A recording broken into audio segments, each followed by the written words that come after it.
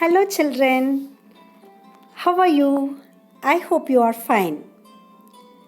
Today, we are going to learn a fascinating poem that is No Men Are Foreign by James Falconer Kirkup.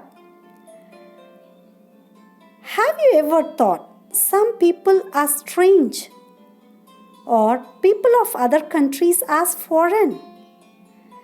We have many ways to think of other people as different from us. For the reason they may belong to different country, they may speak different language, they may belong to different caste, color, religion. Is it necessary to show the difference? In this poem, however, the poet reminds us of the many ways in which we are all the same, for we are all human. Do we have borders? Yes, we have borders. But birds do not have any boundaries. They fly all over the world. They don't need any visa. Is there any border conflicts in our nation? Yes. Because of thousands of lives die. They shed their blood unnecessarily. So the poet emphasizes that all divisions based on nation, caste, color, creed, religion are unnecessary, since we all are similar. We all share the common resources like land, air, water, food, labor for our life. We all have common source of origin. We all are dependent on the same resources for our survival. Why do we need to take war against the neighboring countries? For several reasons, or the people of different countries for several reasons. We can win over all by love. Hating brothers is hating ourselves. The hellfire of war destroys the innocence. No men are foreign to us. No country is different. We may belong to a different country and speak a different language, but we all enjoy the beauty of nature. We are the children of Mother Earth. Because of war, we spoil it. In short, the poem is about the fact that all human beings are same. There is no difference between different people and countries they live in. Therefore, the wars and the bloodshed that takes place in the name of the caste, creed, country, borders are futile. It is useless. It must be condemned. He wants to promote brotherlyhood, and he tells us that everyone in the world is same. He emphasizes brotherhood and equality. So, one such poem we are going to learn in this session. Glossary. Condemn, express complete disapproval, labor, hard work, betray, disloyal, defile, damage the purity or appearance, outrage, extremely strong reaction of anger, shock. Let us know about James Falconer Kirkup. He was born in 1918 and died in 2009. Born James Harold Kirkup, he was an English poet, translator, and travel writer. He wrote 30 books, including autobiographies. What is autobiography? Author gives his own life history as a book. Novels, he wrote many novels. What is novel? It is a relatively long work of narrative fiction written in prose form and published as book. He wrote many plays, and his first book of poetry was The Drowned Sailor at the Downs. What is drowned? Submerged in water. Sailor, one who sails on boat or ship. It was published in the year 1947. Which is his hometown? His hometown was South Shields, now holds a growing collection of his works in the Central Library, and artifacts from his time in Japan are housed in the nearby museum. That is Artifacts means objects made by human beings which is kept for historical interest, stored there in the nearby museum, accumulated there in the nearby museum. His last volume of poetry was published during the summer of 2008 by Red Squirrel Press and was launched at a special event at Central Library in South Shields. That is, his last volume of poetry was published by whom? That is Red Squirrel Press, and when it was introduced means at a special event at Central Library in South Shields. So we can see the world. Look at the world, how it is beautiful. Here many people live. They share the common resources like land, water, air, sun, and why we want to hate among ourselves, why we have that hatred feeling. It is unnecessary to wage war against others, that is the people of different country. Because of it, many innocent people die, and because of that, we damage the pure earth. It becomes impure because of us. We are all equal in many aspects. Then why we have to take war against other countries? Remember, no men are strange, no country is foreign. Beneath all uniforms, a single body breathes. Like us, the land our brothers walk upon is earth like this in which we all shall lie. They too, aware of sun and air and water, are fed by peaceful harvests, by war's long winter starved. Their hands are ours, and their lines we read, a labor not different from our own. Remember, they have eyes like ours that wake or sleep, and strength that can be won by love. In every land is common life that all can recognize and understand. Let us remember, whenever we are told to hate our brothers, it is ourselves that we shall dispossess, betray, and condemn. Remember, we who take arms against each other, it is human earth that we defile.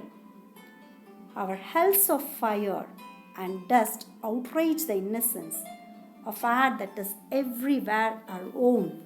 Remember, no men are foreign and no country strange. So let me give the explanation of each stanza. Remember, no men are strange, no country is foreign. The poet tells us to remember no men are strange, no country in this world is foreign. Beneath all uniforms, a single body breathes. He says, no one is different from other. He says, no one is different from other. Under all uniforms, we have body which breathes similarly. You can look at the picture. So we have soldiers of different countries, and they all wear different colored uniforms, but they have single body, that is, they breathe the same. We have body which breathes similarly. He means to say, we all human beings are equal despite the country's color and cultures. The land on which a man of other country walks is the same in which we all will get buried after death. Like us, the land our brothers walk upon is earth like this in which we all shall lie. So, he means to say we all human beings are equal despite the country's color and cultures. The land on which a man of other country walks is the same in which we all will get buried after death. They too aware of sun and air and water. That is, they also get sunlight, air, water. The same air, the same sunlight and same water. The source of water is the same. Are fed by peaceful harvests, by war's long winter starved.